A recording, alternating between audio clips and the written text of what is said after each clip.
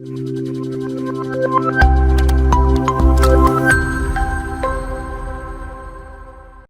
Hello, good morning all. നമ്മൾ ഇന്ന് പഠിക്കാൻ പോകുന്ന പേപ്പർ എന്ന് പറയുന്നത് MSW012 ആണ്. അപ്പോ ഈ പേപ്പറിന്റെ ടൈറ്റിൽ എന്ന് പറയുന്നത് introduction to life characteristics and challenges ആണ്. നമ്മൾ ഇന്ന് നോക്കാൻ പോകുന്നത് ഇതിന്റെ ബേസിക് ഇൻട്രൊഡക്ഷൻ ആണ്. അപ്പൊ നമുക്ക് 4 ബ്ലോക്സ് ആണ് ഈ ഒരു പേപ്പർ വരുന്നത്. 4 ബ്ലോക്സ് എന്ന് പറയുമ്പോൾ അതിൽ ഇൻഫൻസി വരുന്നുണ്ട്. ഇൻഫൻസി മുതൽ ഓൾഡ് ഏജ് വരെയാണ് നമ്മൾ ഈ ഒരു പേപ്പറിൽ മെയിൻ ആയിട്ട് പഠിക്കുന്നത്. സോ ബ്ലോക്ക് 1 എന്ന് പറയുന്നത് ഇൻഫൻസി ആൻഡ് ചൈൽഡ്ഹുഡ് ആണ്. ബ്ലോക്ക് 2 അഡോളസൻസ് ആൻഡ് അഡൽട്ട്ഹുഡ് ആണ്. അഡോളസൻസ് ആണ്. Block 3 adulthood. ബ്ലോക്ക് 4 എന്ന് പറയുന്നത് ഓൾഡ് ഏജ്.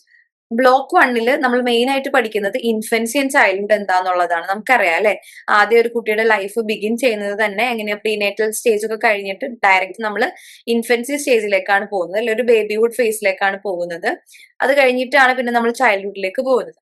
അപ്പോ ഫസ്റ്റ് യൂണിറ്റ് 4 യൂണിറ്റ്സ് ആയിട്ടാണ് നമ്മുടെ ബ്ലോക്ക് 1 ഡിവൈഡ് ചെയ്തിട്ടുള്ളത്. അപ്പൊ അതിൽ തന്നെ ഫസ്റ്റ് യൂണിറ്റ് എന്ന് പറയുമ്പോൾ ബയോളജിക്കൽ ഡെവലപ്മെന്റ് ആണ്. സെക്കൻഡ് യൂണിറ്റ് എന്ന് പറയുമ്പോൾ മോർ ഓഫ് ഒരു സൈക്കോളജിക്കൽ ഡെവലപ്മെന്റ് ഒക്കെയാണ്. യൂണിറ്റ് 3 എന്ന് പറയുമ്പോൾ സോഷ്യൽ ഡെവലപ്മെന്റ് ആണ് ഡീൽ ചെയ്യുന്നത്. And unit 4 is all about cognitive development. നമുക്കറിയാം ബയോളജിക്കൽ ഡെവലപ്മെന്റിൽ എന്താണ് മെയിൻ ആയിട്ട് വരുന്നത്, ഗ്രോത്ത് ആയിരിക്കും അല്ലെ. അതായത് ഫിസിക്കലി എങ്ങനെയാണ് ആ കുട്ടി വളരുന്നത്, എങ്ങനെയായിരിക്കും അതിന്റെ വെയിറ്റ്, അല്ലെങ്കിൽ എങ്ങനെയായിരിക്കും അതിന്റെ ലെങ്ത്, അങ്ങനെയുള്ള കാര്യങ്ങളൊക്കെ ആയിരിക്കും യൂണിറ്റ് 1 വരുന്നത്. യൂണിറ്റ് 2 പോകുമ്പോൾ നമ്മൾ സൈക്കോളജിക്കൽ ആസ്പെക്ട്സ് ആയിരിക്കും കവർ ചെയ്യുന്നത്. യൂണിറ്റ് 3 സോഷ്യൽ, അതായത് എങ്ങനെയാണ് ഒരു കുട്ടി ഇന്ററാക്ട് ചെയ്യുന്നത്, എങ്ങനെയാണ് സോഷ്യലൈസേഷൻ പഠിക്കുന്നത്. ഫാമിലി ആണല്ലോ ഫസ്റ്റ് ബിൽഡിംഗ് ബ്ലോക്ക്. അപ്പൊ അതെങ്ങനെയാണ് ആ കുട്ടി സോഷ്യലൈസ് ചെയ്യാൻ ശ്രമിക്കുന്നത് എന്നുള്ള കാര്യങ്ങളൊക്കെയാണ് ഈ സോഷ്യൽ ഡെവലപ്മെന്റിൽ വരുന്നത്. കോഗ്നിറ്റീവ് ഡെവലപ്മെന്റ് എന്ന് പറയുമ്പോൾ എങ്ങനെയാണ് ആ കുട്ടിയുടെ കോഗ്നിറ്റീവ് ഡെവലപ്മെന്റ്, അതായത് നമുക്കറിയാം പിയാഷയുടെ തിയറി പോലുള്ള ഒരുപാട് ഡെവലപ്മെന്റൽ തിയറീസ് നമുക്കറിയാം. അപ്പൊ അതൊക്കെ നമ്മൾ ഡീൽ ചെയ്യുന്നത് ഈ പറയുന്ന കോഗ്നിറ്റീവ് ഡെവലപ്മെന്റ് പാർട്ടിലായിരിക്കും. സോ യൂണിറ്റ് 1 എന്ന് പറയുമ്പോൾ നമ്മളിപ്പോ പറഞ്ഞ കാര്യങ്ങൾ തന്നെയാണ്. ഒരു ഫിസിക്കൽ ഡെവലപ്മെന്റ്, പിന്നെ ഇൻഫൻസി ഉണ്ട്, ബേബിഹുഡ് ഉണ്ട്, ഏർലി ചൈൽഡ്ഹുഡ്, ലേറ്റ് ചൈൽഡ്ഹുഡ്. ഇത്രയും സമയത്തുള്ള ഫിസിക്കൽ ഡെവലപ്മെന്റ് ആണ് യൂണിറ്റ് 1 വരുന്നത്. യൂണിറ്റ് 2 സൈക്കോളജിക്കൽ ഡെവലപ്മെന്റും ആ ഡെവലപ്മെന്റൽ തീംസ് ഒക്കെ ആയിരിക്കും. അതായത് എങ്ങനെയാണ് ആ കുട്ടി അറ്റാച്ച്ഡ് ആവുന്നത്, എന്തൊക്കെ അറ്റാച്ച്മെന്റ് സ്റ്റൈൽസ് കുട്ടികളിൽ ഉണ്ട്, എന്തൊക്കെ സൈക്കോളജിക്കൽ ഹസാർഡ്സ് ഉണ്ട്, ആ ഒരു ട്രസ്റ്റ് ഒക്കെ ബിൽഡ് ചെയ്യുന്ന ടൈം ആണല്ലോ. അപ്പൊ അതിനൊക്കെ പറ്റിയിട്ടാണ് യൂണിറ്റ് 2 വരുന്നത്. യൂണിറ്റ് 3 മെയിൻ ആയിട്ട് social development, family, moral development കാര്യങ്ങളൊക്കെയാണ്. യൂണിറ്റ് 4 വരുമ്പോൾ ഈ നമ്മൾ പറഞ്ഞ തിയറീസ്, അതായത് പിയാഷയുടെ തിയറി പോലുള്ള കോഗ്നിറ്റീവ് ഡെവലപ്മെന്റ് തിയറീസും ഇന്റലിജൻസിനൊക്കെ പറ്റിയിട്ടാണ് നമ്മൾ യൂണിറ്റ് 4 നോക്കുന്നത്. ഇനി ബ്ലോക്ക് 2 എന്ന് പറയുമ്പോൾ അഡോളസൻസ് ഫേസ് ആണ്. അഡോളസൻസ് ഫേസ് നമുക്കറിയാം അല്ലെ, അഡോളസൻസിൽ 4 യൂണിറ്റ്സ് ആണ് വരുന്നത്. അതിൽ ഈ പറഞ്ഞ പോലെ തന്നെ നമ്മൾ പറഞ്ഞിട്ടുള്ള physical, cognitive and social development ഉണ്ട്. അത് കൂടാതെ ഇമോഷണൽ ആൻഡ് ബിഹേവിയറൽ ഡെവലപ്മെന്റ് എന്ന് പറഞ്ഞ വേറൊരു മൈൽ സ്റ്റോണും കൂടി വെച്ചിട്ടുണ്ട്. പിന്നെ ചലഞ്ചസും and role of functions of ടീച്ചേഴ്സും ആണ് വരുന്നത്. അപ്പൊ യൂണിറ്റ് 1 നമ്മൾ നോക്കാൻ പോകുന്നത് എന്തൊക്കെ ഡെവലപ്മെന്റൽ ടാസ്ക്സ് ആണ് അഡോളസൻസിനുള്ളത്, എങ്ങനെയാണ് അവർ കോഗ്നിറ്റീവ്ലി ഡെവലപ്ഡ് ആവുന്നത് എന്നുള്ള കാര്യങ്ങളൊക്കെയാണ്. ഐഡന്റിറ്റി ക്രൈസിസ്, അതൊക്കെയാണ് നമ്മൾ യൂണിറ്റ് 1 പറയുന്നത്. യൂണിറ്റ് 2 വരുമ്പോൾ ഒരു more of emotional and behavioural development ആണ്. അതായത് നമുക്കറിയാം അഡോളസൻ ടൈം എന്ന് പറയുമ്പോൾ, അല്ലെങ്കിൽ ടീനേജ് ടൈം എന്ന് പറയുമ്പോൾ നമ്മളിൽ ഒരുപാട് ഫ്രസ്ട്രേഷൻസും മൂഡ് സ്വിങ്സ് ഒക്കെ പോയിക്കൊണ്ടിരിക്കുന്ന ഒരു ടൈം ആണല്ലേ. അപ്പൊ എന്തൊക്കെ റിസ്ക് ഫാക്ടേഴ്സ് ആണ് ഉള്ളത്, എന്തൊക്കെ റിസ്കി ബിഹേവിയേഴ്സ് ഇവർ കാണിക്കാം എന്നൊക്കെ ഉള്ളതാണ് യൂണിറ്റ് 2 പറയുന്നത്. യൂണിറ്റ് 3 വരുമ്പോൾ നമുക്ക് ചലഞ്ചസ് ആണ്. അതായത് അവർ എന്തൊക്കെ രീതിയിലുള്ള ചലഞ്ചസ് ഫേസ് ചെയ്യുന്നുണ്ട്, സ്പിരിച്വൽ ആയിക്കോട്ടെ, കോഗ്നിറ്റീവ് ആയിക്കോട്ടെ, ഫിസിയോളജിക്കലി അവർക്ക് ഒരുപാട് ചേഞ്ചസ് ബോഡിയിലൊക്കെ വരുന്ന ഒരു ടൈമാണ്. അപ്പൊ അവർ അങ്ങനത്തെ ഹോർമോണൽ ഇംബാലൻസും അങ്ങനെയുള്ള കാര്യങ്ങളൊക്കെ എങ്ങനെയാണ് ടാക്കിൾ ചെയ്യുന്നത്, ഇതൊക്കെയാണ് യൂണിറ്റ് 3 വരുന്നത്. യൂണിറ്റ് 4 എന്ന് പറയുമ്പോൾ നമ്മൾ എങ്ങനെയാണ് അഡോളസൻസിനെ സപ്പോർട്ട് ചെയ്യേണ്ടത്, ഈ ഒരു ടൈമിൽ എങ്ങനെയൊക്കെ പാരന്റിങ് സ്റ്റൈൽസ് നമുക്ക് അഡോപ്റ്റ് ചെയ്യാം, ഏറ്റവും ബെസ്റ്റ് പാരന്റിങ് സ്റ്റൈൽ ഏതാണ് എന്നുള്ള കാര്യങ്ങളൊക്കെയാണ് യൂണിറ്റ് 4 ഡിസ്കസ് ചെയ്യാൻ പോകുന്നത്. ആൻഡ് ബ്ലോക്ക് 3 എന്ന് പറയുമ്പോൾ അഡൽട്ട്ഹുഡ് ആണ്. അഡൽട്ട്ഹുഡ് നമുക്കറിയാം, അതായത് അഡോളസൻസ് കഴിഞ്ഞിട്ടുള്ള ഒരു ഫേസ് ആണ് അഡൽട്ട്ഹുഡ് എന്ന് പറയുന്നത്. എല്ലാവരും കരിയർ, മാരേജ് അതൊക്കെ ഫോക്കസ് ചെയ്യുന്ന ഒരു ടൈമാണ് അഡൽട്ട്ഹുഡ്. അതുകൊണ്ട് തന്നെ ഇവിടെ 4 യൂണിറ്റ്സിൽ പറയുന്നത് മെയിൻ ആയിട്ട് എങ്ങനെയാണ് ഫാമിലിയുടെ ഡെവലപ്മെന്റ്, പിന്നെ career, marriage and family, parenting skills, role of adult in society, ഇങ്ങനെ 4 യൂണിറ്റ്സ് ആണ് ബ്ലോക്ക് 3 ഉള്ളത്. ഇതിൽ ഫസ്റ്റ് യൂണിറ്റ് 1 നമ്മൾ പറയാൻ പോകുന്നത് അഡൽട്ട് ആൻഡ് ഫാമിലി ഡെവലപ്മെന്റിനെ പറ്റിയിട്ടാണ്. എങ്ങനെയാണ് നമ്മൾ മെയ്റ്റ്സിനെ ചൂസ് ചെയ്യുന്നത്, അല്ലെങ്കിൽ എന്താണ് ഫാമിലി ലൈഫ് സൈക്കിൾ, എന്തൊക്കെ ഡെവലപ്മെന്റൽ ടാസ്കുകളാണ് ഇവിടെ വരുന്നത്, എന്താണ് മാരേജ് എന്നൊക്കെയുള്ള കാര്യങ്ങളാണ് യൂണിറ്റ് 1 ഡിസ്കസ് ചെയ്യാൻ പോകുന്നത്.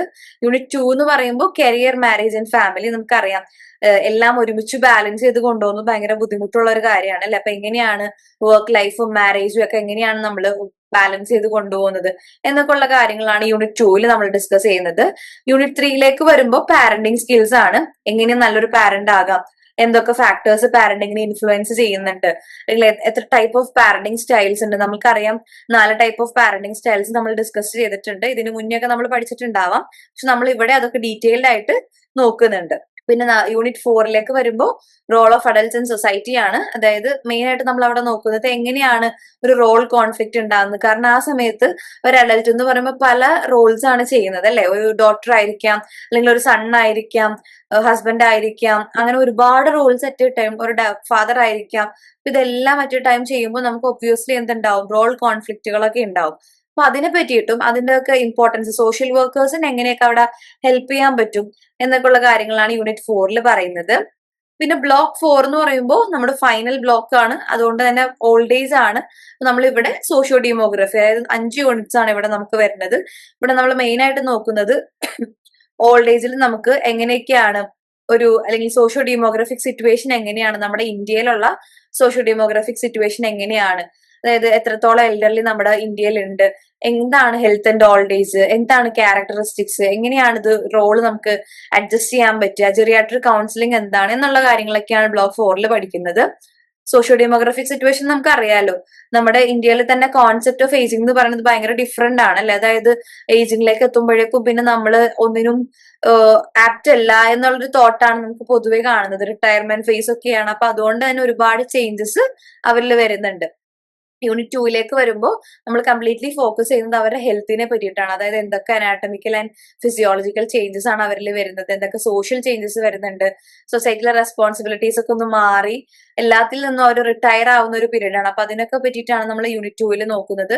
യൂണിറ്റ് 3ൽ നമ്മൾ ക്യാരക്ടറിസ്റ്റിക്സ് ആയിരിക്കും പറയുന്നത്, അതായത് എന്താണ് ഓൾഡ് ഏജ്, അതിന്റെ പല പല ക്യാരക്ടറിസ്റ്റിക്സ് നമ്മൾ നോക്കുന്നുണ്ട്. യൂണിറ്റ് 4ലേക്ക് വരുമ്പോൾ എങ്ങനെയാണ് നമ്മൾ ഈ ഒരു ചേഞ്ചിങ് റോള്, അതിനോട് നമ്മൾ എങ്ങനെ അഡാപ്റ്റഡ് ആകും, അല്ലെങ്കിൽ എൽഡർലി പോപ്പുലേഷൻ നമ്മൾ എങ്ങനെ ഈ ഒരു അഡ്ജസ്റ്റ്മെന്റ് പഠിപ്പിക്കും എന്നുള്ള കാര്യങ്ങളൊക്കെയാണ് യൂണിറ്റ് 4ൽ നോക്കുന്നത്. And unit 5 is all about geriatric counselling. അതായത് എന്താണ് ജിറിയാട്രിക് കൗൺസിലിംഗ് നമുക്കറിയാലോ, എൽഡർലിക്ക് വേണ്ടിയിട്ടുള്ള സ്പെഷ്യൽ ബ്രാഞ്ച് ഓഫ് കൗൺസിലിംഗ് ആണ് ജിറിയാട്രിക് കൗൺസിലിംഗ്. അപ്പൊ എന്താണ് ഹെൽത്തി ഏജിങ്, എന്തൊക്കെ ബാരിയേഴ്സ് ആണ് ഒരു ജിറിയാട്രിക് കൗൺസിലർ ഫേസ് ചെയ്യുന്നത്, എന്തൊക്കെ റോൾസ് ആണ് അയാൾക്കുള്ളത്, എങ്ങനെയാണ് ഇവിടെ സോഷ്യൽ വർക്കേഴ്സ് സ്റ്റെപ്പ് ഇൻ ചെയ്യേണ്ടത് എന്നുള്ള കാര്യങ്ങളൊക്കെയാണ് നമ്മൾ യൂണിറ്റ് 5ൽ നോക്കുന്നത്. സോ ബേസിക്കലി നമുക്ക് 4 ബ്ലോക്സ് ആണ് വരുന്നത്. ഇൻഫൻസി മുതൽ ഓൾഡ് ഏജ് വരെയാണ് നമ്മൾ ഈ ഒരു പേപ്പറിൽ ഡിസ്കസ് ചെയ്യാൻ പോകുന്നത്. നമുക്കറിയാം ഇൻഫൻസി വരുന്നുണ്ട്, പിന്നെ adolescence, adulthood and finally old age. So നമുക്ക് ഡീറ്റെയിൽ ആയിട്ട് ഈ പേപ്പറിനെ പറ്റിയിട്ട് ഇനി വരുന്ന ക്ലാസ്സുകളിലൊക്കെ പഠിക്കാം. Thank you.